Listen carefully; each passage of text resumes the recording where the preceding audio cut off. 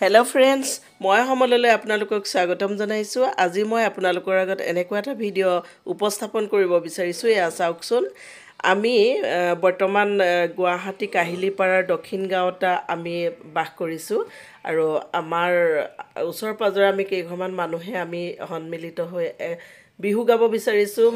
Bihu actually ঘৰৰ ভিতৰতো আমি গাওঁ, কিন্তু এইবাৰ এইকিনত ভাবিলো যে আমি ঘৰৰ ভিতৰত নাগাই যদি আমি আমাৰ নিজৰ কেইঘৰৰ ভিতৰতে যদি চুটালে হুঁচৰি গাওঁ তেতিয়া দেখিবলৈ বা আমাৰ ল'ৰা ছোৱালীবিলাকেও শিকিব, সেই ভাবিয়ে আমি ওলাই আহিলো। আমি আসলতে সকলোৱে কৰ্ম বহুত ব্যস্ত হয় আৰু তাৰ মাজতে আমি অকণমান সময় উলিয়াইছো, যিহেতু আমাৰ তেজত বিহু আছে।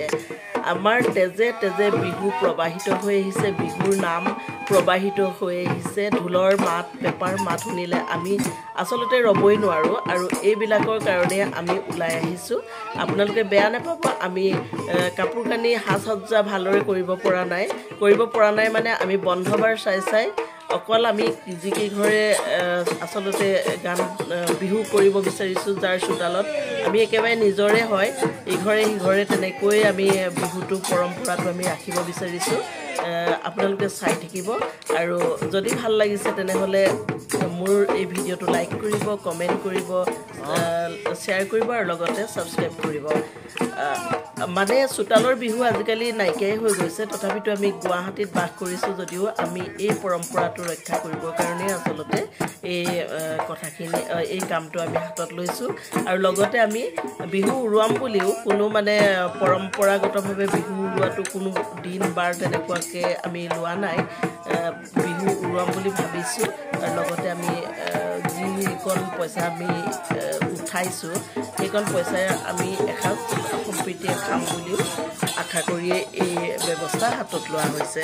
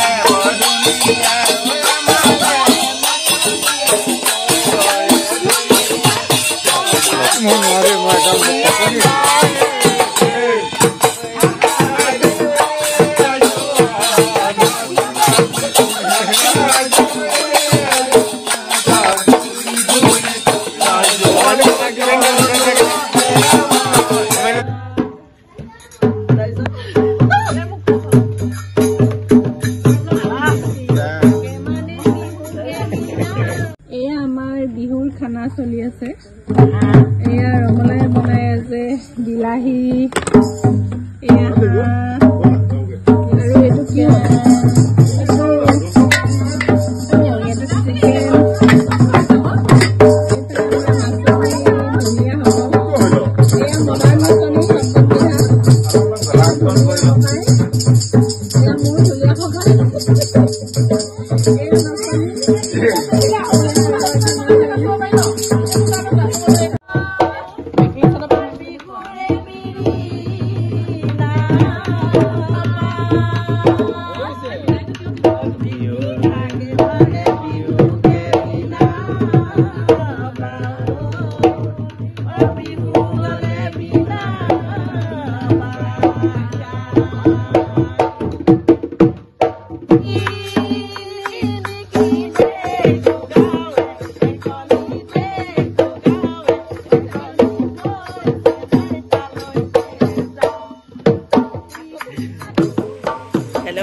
আচলতে আমি গাঁৱত যিবোৰ শিকিছিলোঁ দেখিছিলোঁ ডাঙৰৰ পৰা সেইবিলাকেই ইয়াতে আমি চৰ্চা কৰিছোঁ আৰু আপোনালোকে হয়তো ভাবিব বিহু এনেকৈও পাৰে নেকি আচলতে আমি ফৰ্মেলিটি মানে বিহু কেনেকৈ মানে লহৰি গায় কেনেকৈ যোজনা গায় সকলোবিলাকেই গাইছিলোঁ কিন্তু আপোনালোকক দেখুৱাবৰ কাৰণে ইমানখিনি মানে হয়তো মাজে মাজে বিশৃংখল হৈছিলে সুৰৰ মানে অপভংগ হৈছিলে বা তালৰ কিবা বিজুতি ঘটিছিল তেনেকুৱা হৈছিলে সেইকাৰণে আপোনালোকক সকলোবিলাক আমি চিৰিয়েলি দেখুৱাবলৈ